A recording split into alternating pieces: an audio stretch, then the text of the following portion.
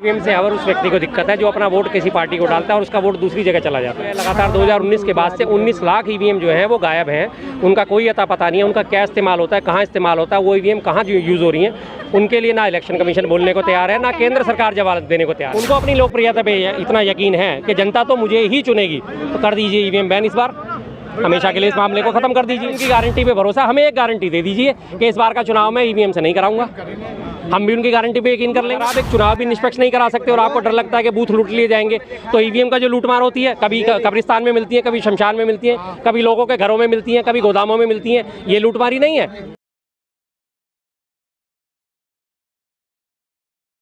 EVM से आपको क्या दिक्कत है? हाँ जी, ईवीएम से मुझे दिक्कत नहीं है। ईवीएम से हर उस व्यक्ति को दिक्कत है जो अपना वोट किसी पार्टी को डालता है और उसका वोट दूसरी जगह चला जाता है। और लगातार ईवीएम में हेराफेरी की खबरें सामने आ रही हैं, लगातार कंटिन्यू सामने आ रही हैं। अभी आपने देखा कि महाराष्ट्र में, पुणे में ईवीएम चोरी हो गई हैं, अभी तो ये पकड़ी गई है घटना। और इससे पहले जो है लगातार 2019 के बाद से 19 लाख ईवीएम जो है वो गायब हैं। उनका कोई अता पता नहीं है, उनका क्या इस्तेमाल होता है, कहाँ इस्तेमाल होता है, वो ईवीएम कहाँ यूज़ हो रही हैं, उनके लिए ना इलेक्शन कमीशन बोलने को तैयार है, ना केंद्र सरकार जवाब देने को तैयार है। कहना है विपक्ष जब जीतती है, हाँ जी, तो वो कहती है जीत गए, हाँ जी, जब हारती है जी जी, तो अपनी सारी नाकामी जी जी, बिल्कुल आपकी बात से मैं सहमत हूँ और ये सवाल उठना चाहिए और लोगों ने पहले भी उठाया और इसके बाद का मैंने जवाब दिया है, कंटिन्यू जवाब दिया है। अभी पिछले हम राज्यों के चुनावों का अगर परिणाम लेते हैं, तेलंगाना में चुनाव हुए थे 30 नवंबर को, रिजल्ट आ गया था 3 दिसंबर को, नतीजा क्या निकला? बीजेपी हार गई। उससे पिछले साल कर्नाटका में चुनाव हुआ 10 मई को, रिजल्ट आया 13 मई को, 3 दिन के अंदर चुनाव का रिजल्ट आ गया, नतीजा बीजेपी हार गई। और बाकी 3 राज्यों में चुनाव हुए 14 को, और उसके बाद अभी ये हमारे जो 7 उससे शुरू हुए थे, हमारे नवंबर से शुरू हो गए और 30 नवंबर तक चले थे। जहाँ 15-15, 20-20, 25-25 दिन का गैप निकला, उस एक महीने का टाइम काउंटिंग में निकला, वहीं बीजेपी जीत गई।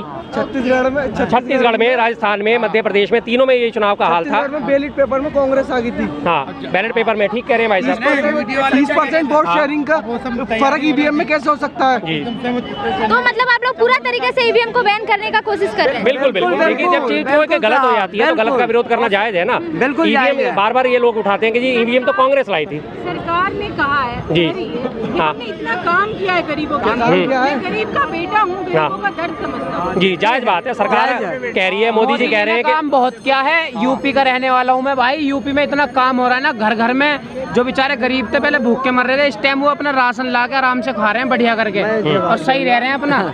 मैं यूपी गाजियाबाद का। आप बताओ इस पे आपका क्या है? किस वाली बात पे, पहली वाली पे या दूसरी वाली पे? ये दूसरी वाली बात पे जो बोला गया कि मोदी जी जो है कहते हैं कि मैं गरीबों का बेटा हूँ और गरीबों का ज्यादा ख्याल रखता हूँ, इस पे आप क्या कहना? मोदी जी बहुत लोकप्रिय आदमी है, बहुत बड़े नेता हैं, बहुत लोकप्रिय नेता हैं और पूरे देश में उनका डंका बज रहा है। तो हमारी एक छोटी सी डिमांड मंजूर कर लें, अगर उनका डंका बज रहा है, उनको अपनी लोकप्रियता पे इतना यकीन है कि जनता तो मुझे ही चुनेगी, तो कर दीजिए ईवीएम बैन इस बार, हमेशा के लिए इस मामले को खत्म कर दीजिए। बस बैलेट पेपर पे ले आइए चुनाव और एक चरण में ले आइए। आपने जीतना तब भी है, जीतना तब भी है। हमारा, हम जो आरोप लगाते हैं कि ईवीएम बैन होनी चाहिए, बात खत्म, हमारे आरोप का जवाब भी हमें मिल जाएगा।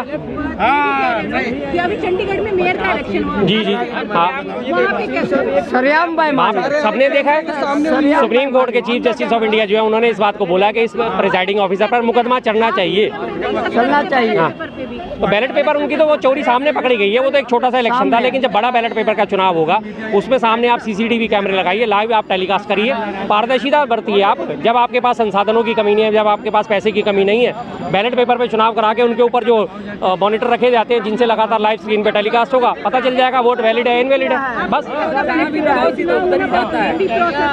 लेंथी प्रोसेस है। जब हम 5 साल तक लगातार इंतजार कर सकते हैं अपने नेता को बदलने के लिए या चुनने के लिए, तो उस 5 साल में अगर हम 1 महीना, 15 दिन या 20 दिन या 15 दिन, 10 दिन, 7 दिन जो भी है, तो एड ऑन क्यों नहीं कर सकते? हमारी पारदर्शिता क्लियर हो जाएगी, सरकार की जवाबदेही उसमें सुनिश्चित हो जाएगी। हम पूरे 5 साल इंतजार कर रहे हैं, पूरे 5 साल, 1500 दिन से ज़्यादा इंतजार कर रहे हैं हम, लेकिन उसमें हम 10 दिन और इंतजार क्यों नहीं कर सकते रिजल्ट के लिए? क्या दिक्कत आ जाएगी 10 दिन में? और 10 दिन तक जब तक रिजल्ट नहीं आएगा तब तक आप प्रधानमंत्री ही बने रहेंगे, केंद्रीय मंत्री ही बने रहेंगे। जिस दिन फैसला आएगा उसी दिन नई सरकार का गठन होगा, तभी तो आप इस्तीफा सौंपेंगे। आगे की तरफ जा रही है, जापान हमसे आगे है, सब मानते हैं, अमेरिका हमसे आगे है, सब मानते हैं, ब्रिटेन हमसे आगे, सब मानते हैं या नहीं मानते? हम उनसे पीछे ही हैं। अभी तो विकसित देशों में माना जाता है। उन लोगों ने ईवीएम बैन कर दी तो हमें क्या समस्या है भाई? एक तरफ तो आप उनका पिछलग्गू बने घूमते हो, दूसरी तरफ आप कहते हो कि नहीं हमें तो बैलेट पेपर पे नहीं जाना, हम पीछे जा रहे हैं। अरे अगर आपकी पारदर्शिता सुनिश्चित हो रही है, आपकी इसमें लोकप्रियता आपकी काउंट हो जाएगी, आप कहते हो मैं जनता का बेटा हूँ, जनता की आवाज़ हूँ मैं, जनता मुझे ही चुनेगी, तो दिक्कत ही क्या है फिर आपको? जनता ने तो तब भी आपको चुनना है, तब भी आपको चुनना है, तो आप हटा दीजिए मशीन एक बार, बैलेट पेपर पे आ जाइए। समस्या क्या है? 5-7 दिन अगर हमारे फालतू और खर्च हो जाएंगे, कोई दिक्कत नहीं होती। इस देश में लोगों के पास ना टाइम की कमी है, ना इंतजार करने की कमी है। अब भी तो हमने चुनावों में इंतजार करा था, 14 नवंबर को चुनाव हुए थे और उसका रिजल्ट आया 3 दिसंबर को। हमने कितने दिन इंतजार करा? 17 दिन इंतजार करा ना हमने रिजल्ट का। तो क्या दिक्कत है उसमें? पिछले साल के चुनावों की मैं बात करूं, 14 फरवरी को चुनाव हुए थे मणिपुर में, 14 फरवरी को उसमें चुनाव हुए थे उत्तराखंड में, 14 फरवरी को चुनाव हुए थे उसमें कर्नाटका में, नहीं कर्नाटका में तो बाद में होते, सॉरी, 3 इनमें। तो वहाँ पे 14 फरवरी को जब चुनाव होने के बाद, और काउंटिंग कब हुई थी? 10 मार्च को। 14 दिन वो और 10 दिन वो, 24 दिन हमने इंतजार करा था ना। फिर क्या दिक्कत है? समस्या किस बात की है? 24 दिन की समस्या कोई समस्या नहीं है ना। 24 दिन हम इंतजार कर सकते हैं, तो इस काउंटिंग में भी हम 24 दिन इंतजार कर लेंगे, कोई समस्या नहीं है। कहते हैं कि उनकी गारंटी पे लोगों को भरोसा है। बिल्कुल, अगर उनकी गारंटी पे भरोसा, हमें एक गारंटी दे दीजिए कि इस बार का चुनाव मैं ईवीएम से नहीं कराऊंगा, हम भी उनकी गारंटी पे यकीन कर लेंगे, हम भी उनके समर्थक हो जाएंगे। उनकी गारंटी पे भरोसा करके वोट दे रहे हैं। हाँ तो बिल्कुल पक्ष का रोना है कि ईवीएम में कोई, जाहिर बात है आपकी कि आप लोग उनकी गारंटी पे यकीन करके उन्हें वोट दे रहे हैं, तो चाहे फिर वो बैलेट पेपर हो चाहे वो ईवीएम हो, वोट तो जाएगा ही ना उनको। समस्या खत्म हमेशा के लिए, हमेशा के लिए समस्या खत्म, बस छुट्टी, सीधी सी बात है। अगर उनको अपना इतना यकीन है, उन्हें यकीन है कि मेरा चुनाव तो है ही, मेरे फेवर में ही आएगा, वोट तो मुझे मिलने ही मिलने, तो भाई आप चाहे हाथ खड़े करवा के वोटिंग करा लो, चाहे आप ठप्पे लगवा के वोटिंग करा लो, चाहे आप मशीन में बटन दबा के वोटिंग करा लो, मोदी जी को जीतेंगी ना दुनिया। हाँ, बूथ लूट लेंगे, कौन बूथ लूट लेगा? अगर सरकार इतनी मजबूत है, सरकार एक चुनाव भी ढंग से नहीं करा सकती, तो किस बात की मजबूत है? वो किस बात का डंका चार रहे हैं जो कहते हैं कि मैंने देश सुरक्षित कर दिया, देश सुरक्षित हाथों में। अगर आप एक चुनाव भी निष्पक्ष नहीं करा सकते और आपको डर लगता है कि बूथ लूट लिए जाएंगे, तो ईवीएम का जो लूटमार होती है, कभी कब्रिस्तान में मिलती है, कभी शमशान में मिलती है, कभी लोगों के घरों में मिलती है, कभी गोदामों में मिलती है, ये लूटमारी नहीं है?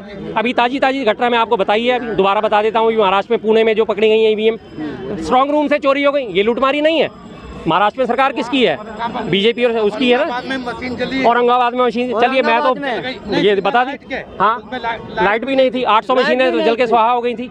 फिर जनता कह रही है इस बात को, तो मेरी तो इमेज चलो अलग बात हो गई। मोदी 400 पार, जो भाई कह रहे हैं वो कर दो, 500 पार, 800 पार, 800 ही पार है, वो कर दो भाई, बस मोदी को कर दो बस, भाई जो कह रहे हैं। जी जी, पर जनता तो राम मंदिर पे वोट देने के लिए तैयार है मोदी जी को। राम मंदिर का वोट तो इनके पास सीधी सी बात है जी। पाकिस्तान में भी पेपर वो काम हो रही है। 10 लोग थे जिनकी इच्छा थी कि राम मंदिर बने और हम बीजेपी को वोट देंगे, उनके लिए राम मंदिर बन गया, वो 200 लोग वहीं के वहीं हैं। आपके वोट तब भी 10 थे जो इस उम्मीद में लगाए बैठे थे कि राम मंदिर बनेगा, इसलिए हम बीजेपी को वोट देंगे, और वो दे रहे थे। राम मंदिर बन गया, अब भी उनका वोट बीजेपी को जाएगा।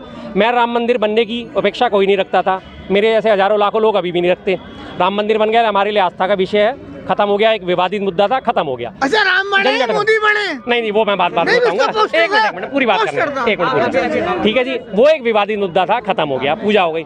जिनको राम मंदिर मिल गया उनका वोट अभी भी बीजेपी को जाना है। जिनको राम मंदिर से कोई दिक्कत नहीं थी, या जो लोग राम मंदिर के नाम पे वोट नहीं थे, वो वोट अभी भी विपक्ष को जाएगा। आज भी अगर हम वोट परसेंटेज को काउंट करें तो 2019 के चुनाव में जब इन्होंने घोषणा करी थी कि हम राम मंदिर लाएंगे, बनाएंगे, तो बीजेपी को 23 करोड़ 70 लाख वोट मिले थे और कांग्रेस को करीब 21 करोड़ वोट मिले थे। टोटल वोटिंग हुई थी 66 करोड़ की पूरे देश में, जबकि 93 करोड़ लोग रजिस्टर्ड थे वोटर के तौर पे। वही मिला ना, 23 करोड़ 70 लाख। आज की डेट में जब आबादी बढ़ गई, वोटर बन गए, अब हमारे वोटर लगभग 95 से 100 करोड़ के बीच में इस बार काउंटिंग बैठेगी। उसमें और जो बढ़ेंगे वो इंतजार नहीं कर रहे। आप उन्हें राम मंदिर भी दे दो, आप उन्हें ज्ञानवापी भी दे दो, आप उन्हें मथुरा काशी भी दे दो, पर भाई साहब ने वोट तो एक ही जाएगा, कमल को ही। आप उन्होंने 3 चीज़ें दे दी तो भी वोट एक ही जाना। मैं उन 3 चीज़ों पे भी वोट बीजेपी को नहीं दे रहा था, मैं अब भी नहीं दूंगा, और मेरे जैसे सैकड़ों लोग अभी भी नहीं देंगे, सीधी सी बात है।